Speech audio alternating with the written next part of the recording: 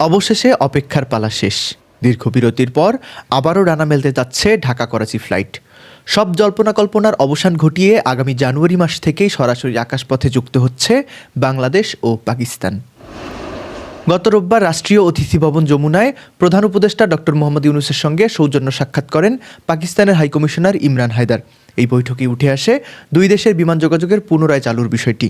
High commissioner নিশ্চিত করেছেন সব প্রস্তুতি শেষ, আগামী জানুয়ারি থেকেই ঢাকা ও করাচির মধ্যে সরাসরি ফ্লাইট চালু হওয়ার জোরালো সম্ভাবনা রয়েছে।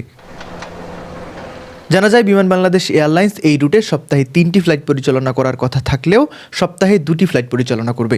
অপারেশনাল কাজে ব্যবহার করা হবে বিমানের নির্ভরযোগ্য 737-800 উড়োজাহাজ।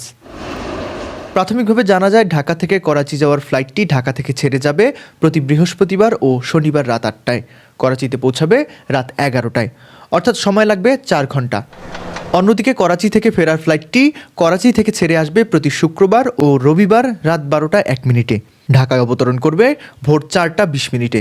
ফেরার সময় লাগবে 3 ঘন্টা 19 মিনিট। মূলত যাত্রীদের চাহিদা এবং বাণিজ্যিক গুরুত্ব বিবেচনায় এই সময়সূচি নির্ধারণ করা হয়েছে। শুধু ফ্লাইট চালু নয়, যমুনায় এই বৈঠকে দুই দেশের বাণিজ্য ও শিক্ষা নিয়েও গুরুত্বপূর্ণ আলোচনা হয়েছে। পাকিস্তানের হাইকমিশনার জানান, গত 1 বছরে দুই দেশের দ্বিপাক্ষিক বাণিজ্য বেড়েছে প্রায় 20%।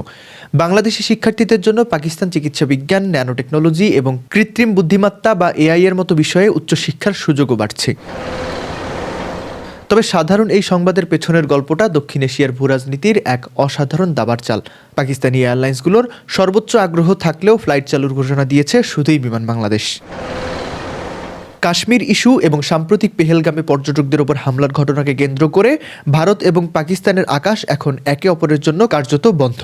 ভারতের আকাশসীমা ব্যবহার করতে না পারায় পাকিস্তান থেকে কোনো বিমান যদি ঢাকায় আসতে চায় তবে তাকে চীন বা শ্রীলঙ্কা হয়ে বিশাল পথ ঘুরে আসতে হবে।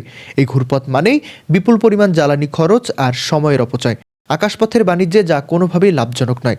ঠিক এই কারণেই পাকিস্তানি এয়ারলাইন্সগুলো ইচ্ছে থাকলেও ঢাকায় ফ্লাইট পরিচালনা করতে পারছে না। এই সংকটময় মুহূর্তেই সুযোগ নিচ্ছে বাংলাদেশ। ভারত ও পাকিস্তানের মধ্যে আকাশসীমা নিয়ে স্নায়ুযুদ্ধ চললেও বাংলাদেশের জন্য ভারতের আকাশ সম্পূর্ণ উন্মুক্ত। যেই আকাশপথ পাকিস্তানি বিমানের জন্য নিষিদ্ধ, সেই একই আকাশপথ ব্যবহার করে স্বাচ্ছন্দ্যে চলাচল করবে বিমান বাংলাদেশ।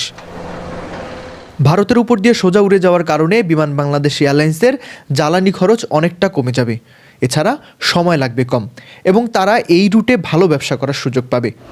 এর ফলে পাকিস্তানের বিখ্যাত খেজুর বা অন্যান্য পণ্য যা আগে দুবাই ঘুরে আসতো এবং দাম বেড়ে যেত, তা এখন সরাসরি কার্গোতে কম খরচে দেশে আসবে। খুলে যাবে বাণিজ্যের যুদ্ধদ্বার। জানুয়ারি থেকে শুরু হতে যাওয়া এই যাত্রায় দুই দেশ কতটা লাভবান হতে পারে সেটাই এখন দেখার বিষয়।